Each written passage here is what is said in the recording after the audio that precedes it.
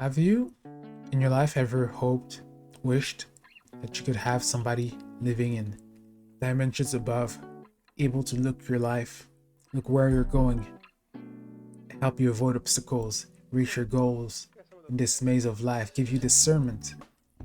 Or perhaps you're somebody that would like to learn how to hear God better and not have to rely on a middleman, to realize that the new covenant that we have with Yeshua, we can have this face to face conversation with Him, this ability to communicate greater than maybe what I was taught when I was growing up in Christianity before I left that system.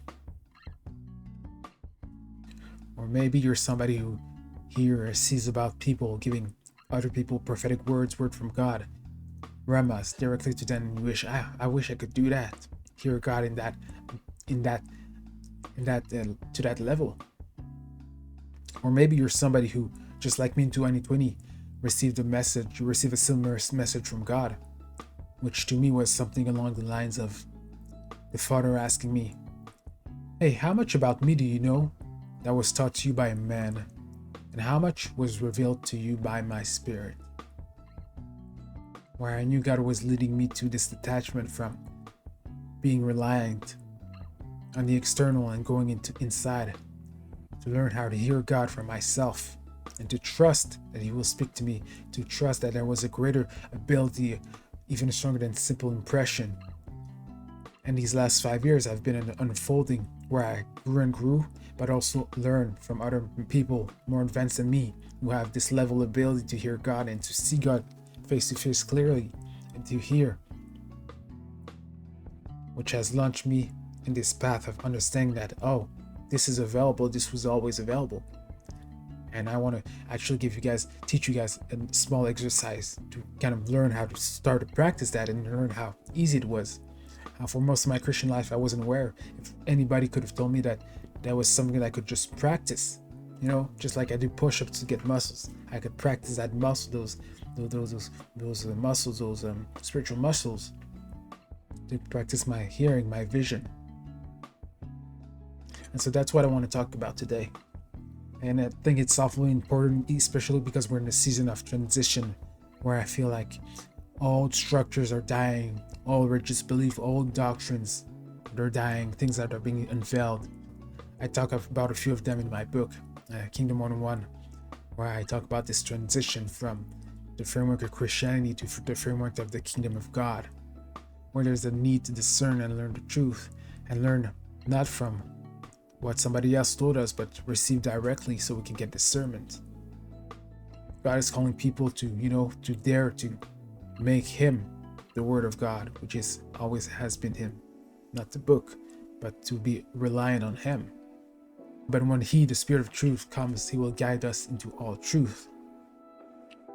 Now, if any of you lacks wisdom, he should ask God, who gives generously to all without finding fault, and it will be given to him. But he must ask in faith without doubting, because he who doubts is like a wave of the sea, blown and tossed by the wind. That man should not expect to receive anything from the Lord. He is a double-minded man, unstable in all his ways. Or even simple, ask and it will be given to you. Seek and you will find. Knock and the door will be opened to you. For everyone who asks receives, he who seeks finds, and to him who knocks the door will be opened.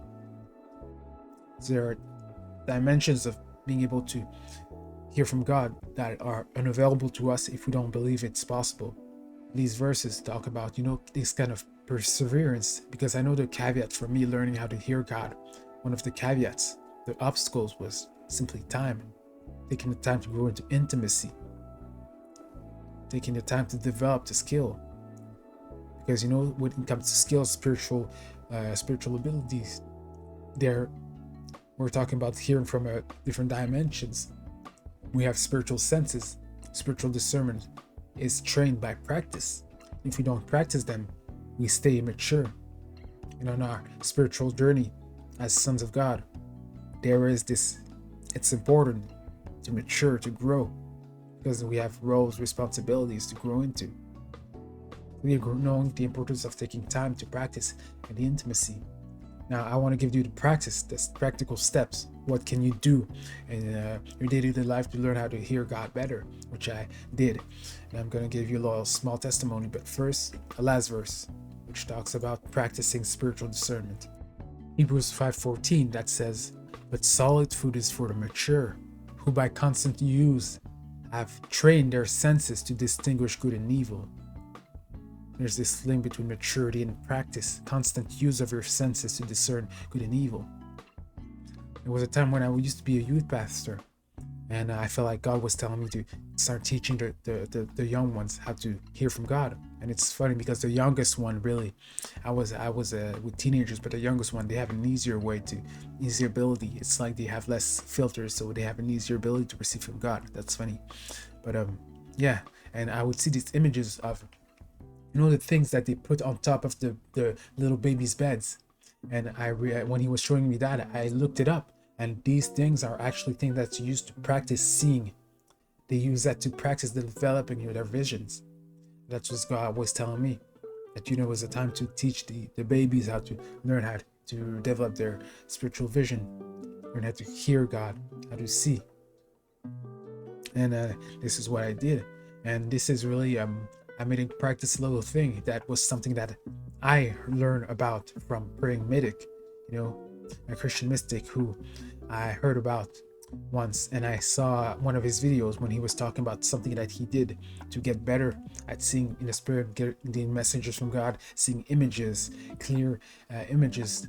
And so basically he used to do this, put himself in a place that was in a room that was really dark, and just stare at the wall in front of him. He was in an ambulance, stare in front of him.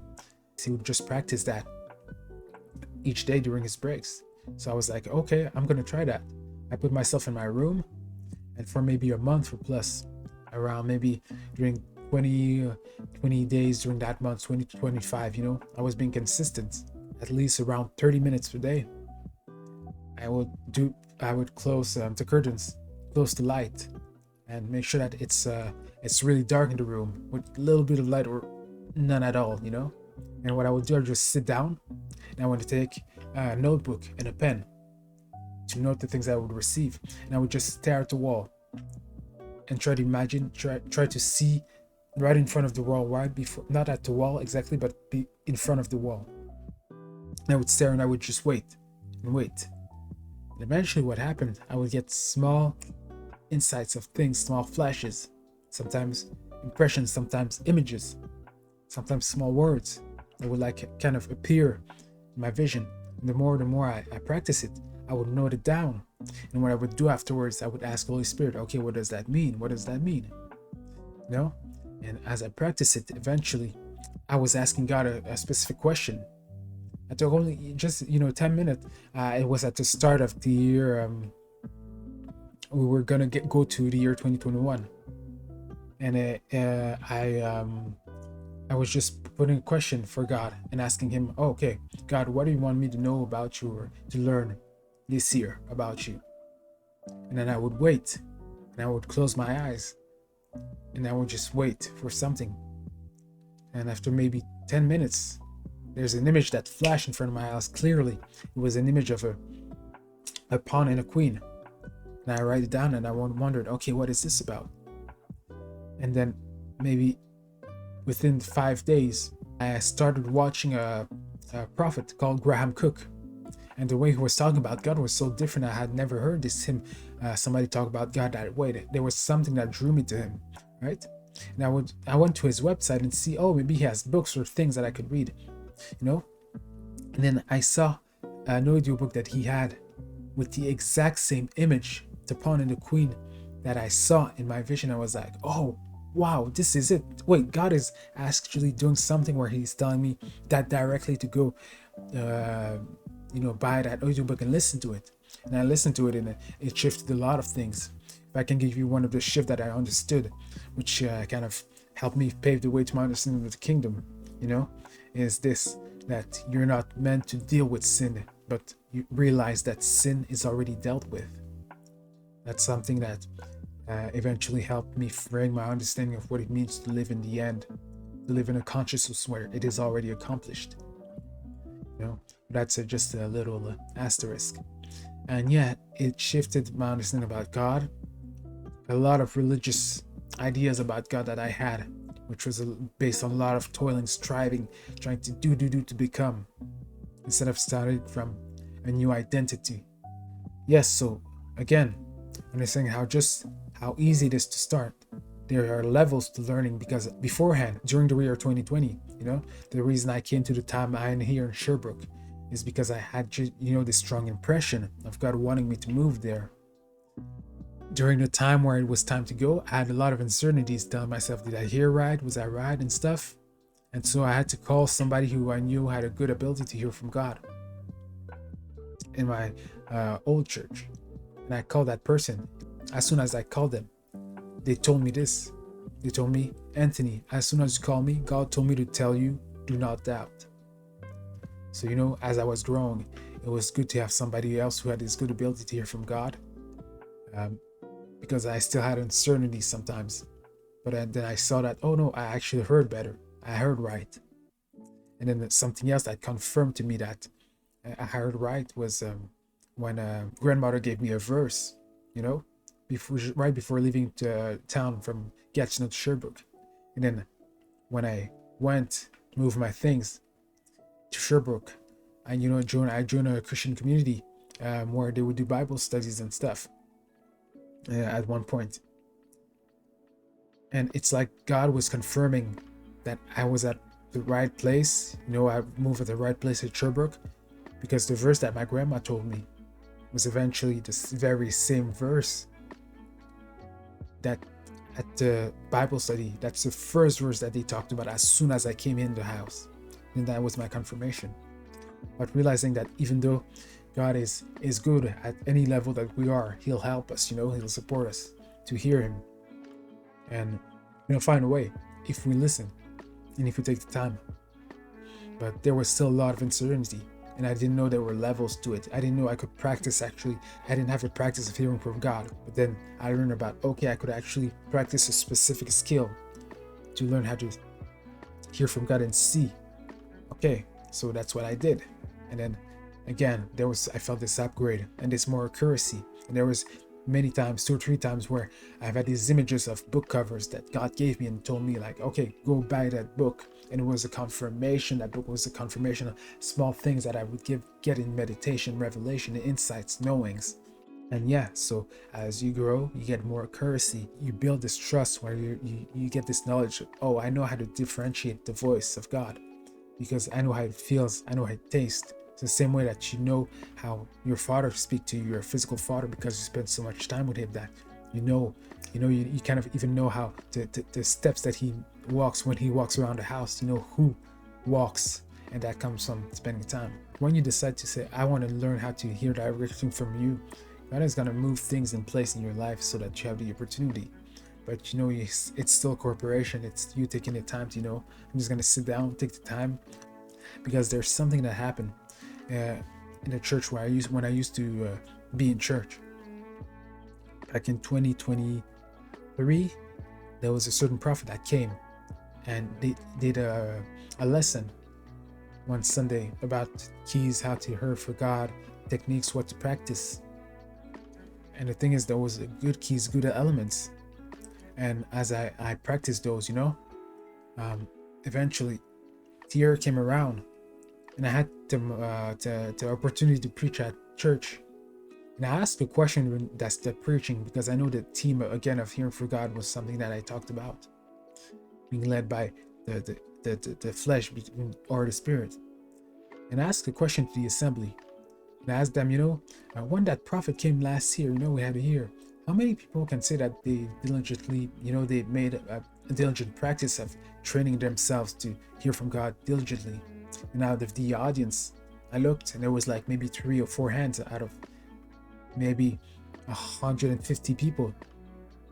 And it opened my eyes to the realization that, again, I'm not part of the church structure anymore. I've already left the institutional church. But when I was part of it, I realized that how much we get so passive Either we don't know that we can practice those things, or we don't even when we have the opportunity. And then it keeps us just childish. And we're called, to turn earth into heaven, but it requires maturity. And if we don't grow, learn how to discern, that we won't actually be able to accomplish the project that the kingdom has on this earth. So that's the importance of it. And to really decide, are you going to be somebody who's going to practice it, who's going to take the time to do it? Because it's not going to happen on its own.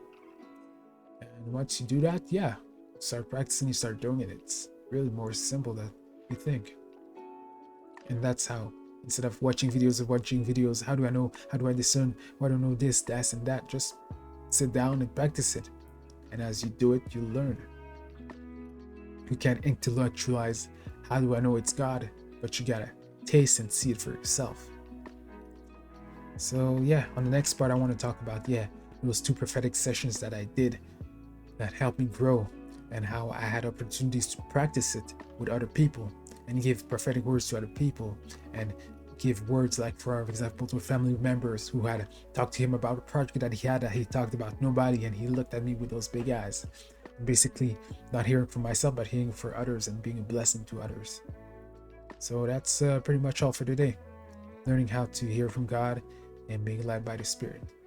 Peace. Make sure to practice.